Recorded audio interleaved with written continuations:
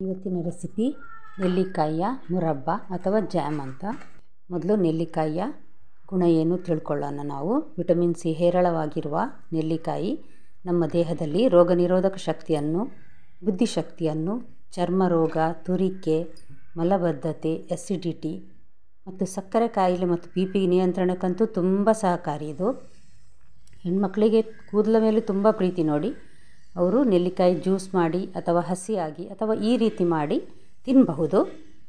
ಈ ರೀತಿ ಹಲ್ವಾ ಜಾಮ್ ಮಾಡಿ ತಿನ್ಬಹುದು ಮಕ್ಕಳಿಗೆ. ಯಾಕಂದರೆ ಹಸಿ ತಿನ್ನುವುದಂದರೆ ಕೆಲವರು ಹಿಂದೇಟು ಹಾಕ್ತಾರೆ. ಹಾಗಿರುವಾಗ ಈ ರೀತಿ ಬೆಲ್ಲ ಹಾಕಿ, ಕಲ್ಲು ಸಕ್ಕರೆ ಹಾಕಿ ಮಾಡಿದ ಈ ನೆಲ್ಲಿಕಾಯಿಯ ರೆಸಿಪಿ ದಯವಿಟ್ಟು ನೀವು ಟ್ರೈ ಮಾಡಿ.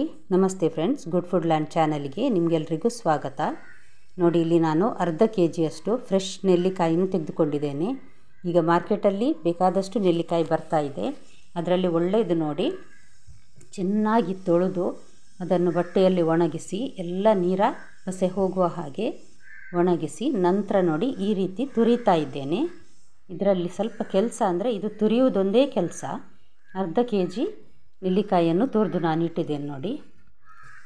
ಅದರ ಬೀಜ ಇದೆ ನೋಡಿ, ಅದರಲ್ಲಿ ಸ್ವಲ್ಪ ಸ್ವಲ್ಪ ನೆಲ್ಲಿಕಾಯಿ ಇದೆ. ಇದಕ್ಕೆ ಸ್ವಲ್ಪ ನೀರು ಹಾಕಿ ಕುದಿಸಿ ಇದನ್ನು ಕುಡಿಬಹುದು ನಾವು. ಈಗ ನೋಡಿ, ಇದು ಕಲ್ಸಕ್ಕರೆ, ಸಾಧಾರಣ ಅರ್ಧ KGಯಷ್ಟು ಕಲ್ಸಕ್ಕರೆ ನಾನು ತೆಗೆದುಕೊಂಡಿದ್ದೇನೆ. ಇದನ್ನೊಂದು ದೊಡ್ಡ ಕಪ್ಪಲ್ಲಿ ಹಾಕಿಟ್ಟಿದ್ದೇನೆ ನೋಡಿ ತೋರಿಸ್ಲಿಕ್ಕೆ ಅಂತ. ಇದನ್ನು ನಾನೀಗ ಮಿಕ್ಸಿಯಲ್ಲಿ ನುಣ್ಣಗೆ ಪುಡಿ ಮಾಡ್ತೇನೆ. ನೋಡಿ ನೋಡಿ, ಚೆನ್ನಾಗಿ ಪುಡಿಯಾಗಿದೆ ಇದೀಗ. ಒಂದು ದೊಡ್ಡ ಕಪ್ಪಲ್ಲಿ ಫುಲ್ ಇದೆ ನೋಡಿ, ಅದರಲ್ಲಿ ಅರ್ಧ KGಯಷ್ಟು ಇದೆ ಇದು. ಕಲ್ಸಕ್ಕರೆ ಮತ್ತು ಸ್ವಲ್ಪ ಬೆಲ್ಲ ಹಾಕಿ ಮಾಡುವ ಇವತ್ತು. ಪೂರ ಬೆಲ್ಲ ಹಾಕಿ ಮಾಡಿದರೆ ಕಪ್ಪಾಗ್ತದೆ, ಅದಕ್ಕೋಸ್ಕರ ಕಲ್ಸಕ್ಕರೆಯನ್ನು ಸಹ ಹಾಕಿದ್ದೇನೆ. ಈಗ ಒಂದು ನಾನ್ ಸ್ಟಿಕ್ ಪ್ಯಾನಿಗೆ ನಾನು ಒಂದು ಲೇಯರಲ್ಲಿ ಕಲ್ಸಕ್ಕರೆ ಪುಡಿಯನ್ನು ಹಾಕ್ತೇನೆ ನೋಡಿ. ಇದು ಸುಲಭ ರೀತಿ ಮಾಡಲಿಕ್ಕೆ, ಹಾಗಾಗಿ ಹೀಗೆ ನೀವೊಮ್ಮೆ ಟ್ರೈ ಮಾಡಿ ನೋಡಿ ಫ್ರೆಂಡ್ಸ್. ನೋಡಿ, ಇದು ನೆಲ್ಲಿಕಾಯಿ ಒಂದು ಲೇಯರಲ್ಲಿ ನಾನೀಗ ಕಲ್ಸಕ್ಕರೆ ಪುಡಿ, ಈಗ ಒಂದು ಲೇಯರಲ್ಲಿ ಈಗ ನೆಲ್ಲಿಕಾಯಿಯನ್ನು, ತುರಿದ ನೆಲ್ಲಿಕಾಯಿಯನ್ನು ಹಾಕ್ತಾ ಇದ್ದೇನೆ ನೋಡಿ ಈ ರೀತಿ. ದಯವಿಟ್ಟು ನನ್ನ ಚಾನಲ್ಗೆ ಇನ್ನೂ ಸಬ್ಸ್ಕ್ರೈಬ್ ಮಾಡಿಲ್ಲ ಅಂದರೆ ದಯವಿಟ್ಟು ಸಬ್ಸ್ಕ್ರೈಬ್ ಮಾಡಿ. ನೋಡಿ, ಇದು ಪುನಃ ಕಲ್ಸಕ್ಕರೆಯ ಪುಡಿ ಹಾಕ್ತಾ ಇದ್ದೇನೆ. ಯಾವುದೇ ನೀರು ಹಾಕುವ ಅಗತ್ಯ ಇಲ್ಲ ಇದಕ್ಕೆ. ಇವಾಗ ನಾನು ಗ್ಯಾಸ್ ಆನ್ ಮಾಡಿಲ್ಲ, ಇದೆಲ್ಲ ಹಾಕಿ ಆದಮೇಲೆ ಗ್ಯಾಸ್ ಆನ್ ಮಾಡುವ ನಾವು. ನೋಡಿ, ಪುನಃ ಅದೇ ರೀತಿ ನೆಲ್ಲಿಕಾಯಿದು ತುರಿದ ನೆಲ್ಲಿಕಾಯಿಯನ್ನು ಹಾಕಬೇಕು. ದಯವಿಟ್ಟು ಲೈಕ್ ಬಟನನ್ನು ಪ್ರೆಸ್ ಮಾಡಿ ಹಾಗೂ ನಿಮ್ಮ ಫ್ಯಾಮಿಲಿ ಫ್ರೆಂಡ್ಸಿಗೆ ಈ ಆರೋಗ್ಯಕರವಾದ ನೆಲ್ಲಿಯ ರೆಸಿಪಿಯನ್ನು ಶೇರ್ ಮಾಡಿ. ನೋಡಿ, ಇದೇ ರೀತಿ ನಾನು ಪೂರ ಕಲ್ಸಕ್ಕರೆ ಮತ್ತು ಪೂರ ನೆಲ್ಲಿಕಾಯಿಯನ್ನು ತುರಿದದನ್ನು ಹಾಕ್ತಾ ಇದ್ದೇನೆ. ಇದೊಂದು 3-4 ಲೇಯರ್ನಷ್ಟು ಬರ್ತದೆ. ಕಲ್ಸಕ್ಕರೆ ಹಾಕಿ ಮಾಡೋದು ಯಾಕಂದರೆ ಸ್ವಲ್ಪ ಬೆಲ್ಲ ಕಪ್ಪು ಅಂತ ತುಂಬ ಕಪ್ಪು ಕಲರ್ ಬರ್ತದೆ ಬೆಲ್ಲವೇ ಹಾಕಿ ಮಾಡಿದರೆ. ಕಲ್ಸಕ್ಕರೆ ಆರೋಗ್ಯಕ್ಕೆ ಹೇಗೂ ಒಳ್ಳೆಯದು ನೋಡಿ ತುಂಬ, ಹಾಗಾಗಿ ಕಲ್ಸಕ್ಕರೆಯ ಜೊತೆ ಬೆಲ್ಲ ಹಾಕಿ ಮಾಡಿದ್ದಿದ್ದು. ಆಯಿತು ನೋಡಿ, ಈಗ ಸಣ್ಣ ತುಂಡು 2 ಚಕ್ಕೆಯನ್ನು ಹಾಕ್ತಾ ಇದ್ದೇನೆ. 2 ಸಣ್ಣ ತುಂಡು ಸಾಕು. ಮತ್ತೊಂದು 4 ಲವಂಗ, ಒಂದೊಂದು ಲವಂಗವನ್ನು ಅಲ್ಲಲ್ಲಿ ಹಾಕ್ತಾ ಇದ್ದೇನೆ, ಒಟ್ಟಿಗೆ ಹಾಕ್ತಾ ಇಲ್ಲ ನಾನು ನೋಡಿ. ಅದೇ ರೀತಿ ಒಂದು 4 ಕರಿಮೆಣಸು, 4-5 ಕರಿಮೆಣಸನ್ನು ಹಾಕಿ ಮುಚ್ಚಿ ಈಗ ನೋಡಿ ಗ್ಯಾಸ್ ಆನ್ ಮಾಡಿದ್ದೇನೆ. ಮೆಲ್ಲ ಉರಿಯಲ್ಲಿ ಇದನ್ನು ನಾನೊಂದು 4-5 ನಿಮಿಷ ಬೇಯಲಿಕ್ಕೆ ಇಟ್ಟಿದ್ದೇನೆ ನೋಡಿ. ಅಷ್ಟೇ ಸಾಕಾಗ್ತದೆ ಇದು. ನೋಡಿ, ಒಳ್ಳೆ ನೀರಾಗಿದೆ ನೋಡಿ. ಇದು ಕಲ್ಸಕ್ಕರೆ ಪುಡಿ ಹಾಕಿದ್ದು ಕರಗಿದೆ ಚೆನ್ನಾಗಿ, ಇದೇ ನೀರು ಬಿಡ್ತಾ ಉಂಟು ನೋಡಿ. ಈಗ ನಾವು ಮುಚ್ಚಳ ತೆಗೆದು ಈಗ ಮಿಕ್ಸ್ ಮಾಡ್ತಾ ಇದ್ದೇನೆ ನಾನು ಇದನ್ನು. 4-5 ನಿಮಿಷದಲ್ಲೇ ಇದೀಗ ಸಾಧಾರಣ ಬೆಂದಿದೆ. ಇವಾಗ ಒಂದು 300 ಗ್ರಾಮ್ನಷ್ಟು ಅಥವಾ 400 ಗ್ರಾಮ್ ಸಹ ಹಾಕ್ಬೋದು ಬೆಲ್ಲದ ಹುಡಿಯನ್ನು ತೆಗೆದುಕೊಂಡಿದ್ದೇನೆ ನಾನು. ಗಟ್ಟಿ ಬೆಲ್ಲ ಆದರೆ ಅದರಲ್ಲಿ ಸಣ್ಣ ಕಸ ಕಡ್ಡಿಗಳಿದ್ದರೆ ಮತ್ತು ತಿನ್ನುವಾಗ ಅದು ರಗಳೆ ಅನ್ನಿಸ್ತದೆ, ಅದಕ್ಕೋಸ್ಕರ ನಾನು ಬೆಲ್ಲದ ಹುಡಿ ತೆಗೆದುಕೊಂಡಿದ್ದೇನೆ ನೋಡಿ. ಚೆನ್ನಾಗಿ ಮಿಕ್ಸ್ ಮಾಡುವ ಇದನ್ನು ನಾವು.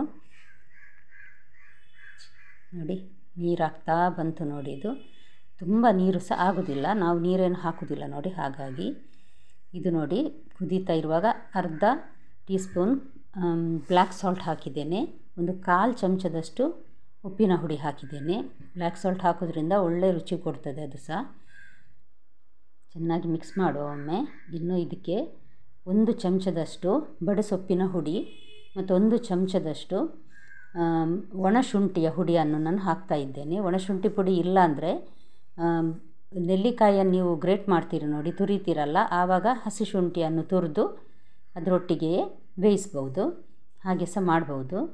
ಚೆನ್ನಾಗಿ ಮಿಕ್ಸ್ ಮಾಡುವ. ಈಗ ನೋಡಿ ಕುದೀತಾ ಇದೆ. ಇದು ನಮಗೆ ಒಂದೆಳೆ ಪಾಕ ಬರೋದು ಬೇಡ. ಒಂದೆಳೆ ಪಾಕ ಬಂದರೆ ತಿನ್ನುವಾಗ ಸ್ವಲ್ಪ ಗಟ್ಟಿ ಅನ್ನಿಸ್ತದೆ. ನಾವು ಮಾಡಿಟ್ಟ ಮೇಲೆ ತಣ್ಣಗಾದ ಮೇಲೆ ಅದು ಗಟ್ಟಿ ಆಗ್ತದೆ. ಹಾಗಾಗಿ ಒಂದೆಳೆ ಪಾಕ ಮಾಡೋದು ಬೇಡ. ಜೇನುತುಪ್ಪ ಕೈಯಲ್ಲಿ ಹಿಡಿಯುವಾಗ ಹೇಗೆ ಸ್ವಲ್ಪ ಅಂಟಂಟು ಇರ್ತದೆ ನೋಡಿ, ಅದೇ ರೀತಿ ಪಾಕ ಆದರೆ ಸಾಕಾಗ್ತದೆ. ನೋಡಿ ಇದು ನೋಡಿ, ನಾನು ಅದನ್ನು ಒಂದು ಅರ್ಧ ಲೋಟ ನೀರು ಹಾಕಿ ಅದನ್ನು ಕುದಿಸಿದೆ. ಅದು ನೀರನ್ನಿನ್ನು ಕುಡಿಬಹುದು ನಾವು. ನೋಡಿ ಇದು ಚೆನ್ನಾಗಿ ಸ್ವಲ್ಪ ಗಟ್ಟಿ ಆಗ್ತಾ ಬರ್ತಾ ಇದೆ. ಆದರೆ ಇನ್ನೂ ಅದು ಸ್ವಲ್ಪ ಕೈಗೆ ನಮಗೆ ಮುಟ್ಟುವಾಗ ನೀರಾಗಿಯೇ ಇದೆ. ಅದರಲ್ಲಿ ಬೆಲ್ಲ ಕರಗಿದ್ದು. ಮಾಡಿದ್ದು ಸರಿಯಾದರೆ ನಾವು ವರ್ಷಗಟ್ಟಲೆ ಇದನ್ನು ನಾವು ಹೊರಗೇ ಇಟ್ಟು ತಿನ್ನಬಹುದು. ಯಾಕಂದರೆ ಇಲ್ಲಾಂದರೆ ಅದು ಬೆಂದಿರುವುದಿಲ್ಲ ಸರಿಯಾಗಿ. ಸ್ವಲ್ಪ ನೀರಿನ ಥರನೇ ಇದ್ದರೆ ಬೇಗ ಹಾಳಾಗ್ತದೆ. ಇದರ ನೋಡಿ, ಈಗ ನಾನು ಒಂದು 2 ಚಮಚದಷ್ಟು melon seeds, water melon seeds ಇದೆ ನೋಡಿ, ಅದನ್ನು ಹಾಕಿದ್ದೇನೆ. ಇದಕ್ಕೆ ಯಾವುದೇ ತುಪ್ಪ ಹಾಕುವ ಎಲ್ಲ ಅಗತ್ಯವೇ ಇಲ್ಲ. ನೋಡಿ ಈಗ ಆಗ್ತಾ ಬಂತು. ಸ್ವಲ್ಪ ಇದನ್ನು ನಾವು ಬೆರಳಲ್ಲಿ ಮುಟ್ಟಿ ನೋಡುವ. ಜೇನುತುಪ್ಪದ ಆ ರೀತಿ ಇದ್ದರೆ ಆವಾಗ ಆಗಿದೆ ಎಂದು ಅರ್ಥ. ನೋಡಿ ಈ ರೀತಿ ಮುಟ್ಟುವಾಗ ಗೊತ್ತಾಗ್ತದೆ ನಮಗೆ. ಒಂದೆಳೆ ಪಾಕದ ಥರ ಬರುವುದಿಲ್ಲ, ಅದು ಸ್ವಲ್ಪ ಅಂಟು ಥರ ಬರ್ತದೆ ಅಷ್ಟೇ. ಅಷ್ಟಾಗುವಾಗ ನಾವು ಗ್ಯಾಸ್ ಆಫ್ ಮಾಡಿದ್ರಾಯಿತು. ವಿಟಮಿನ್ ಸಿ ತುಂಬ ಇರೋದ್ರಿಂದ ಇದರಲ್ಲಿ ಮಕ್ಕಳಿಂದ ಹಿಡಿದು ಎಲ್ರಿಗೂ ತುಂಬ ಒಳ್ಳೆಯದಿದು. ಕೆಲವರಿಗೆ ಶೀತ ಗುಣ ಇರುವವರಿಗೆ, ಸ್ವಲ್ಪ ಅಸ್ತಮ ಇರುವವರಿಗೆಲ್ಲ ತಿನ್ನಬಾರ್ದು ಅಂತ ಹೇಳ್ತಾರೆ ಇದನ್ನು. ಬಾಕಿ ಎಲ್ರಿಗೂ ತುಂಬ ಒಳ್ಳೆಯದೇ ಇದು ಆರೋಗ್ಯಕ್ಕೆ. ನೀವು ಮಾಡಿ. ತಣ್ಣಗಾದ ಮೇಲೆ ಚೆನ್ನಾಗಿ ತೊಳೆದು ಒಣಗಿಸಿದ ಗಾಜಿನ ಜಾರಲ್ಲಿ ಹಾಕಿಟ್ರೆ ತುಂಬ ಸಮಯ ಬರ್ತದೆ. ಈಗ ನೋಡಿ, ನಾನು 1 ಚಮಚದಷ್ಟು ಏಲಕ್ಕಿ ಪುಡಿ ಹಾಕಿದ್ದೇನೆ. ನಾನು ಚೆನ್ನಾಗಿ ಮಿಕ್ಸ್ ಮಾಡಿ ತಣ್ಣಗಾದ ನಂತರ ಗಾಜಿನ ಬಾಟ್ಲಲ್ಲಿ ಹಾಕಿ ಇಡ್ಬೋದು. ಫ್ರೆಂಡ್ಸ್, ನಿಮಗೆ ಈ ವಿಡಿಯೋ ಇಷ್ಟ ಆಗಿದ್ದರೆ ದಯವಿಟ್ಟು ಲೈಕ್ ಮಾಡಿ. ಹಾಗೂ ನಾಳೆ ಇನ್ನೊಂದು ಹೊಸ ಅಡುಗೆಯೊಂದಿಗೆ ನಿಮ್ಮನ್ನು ಮತ್ತೆ ಭೇಟಿ ಆಗ್ತೇನೆ. ಧನ್ಯವಾದ.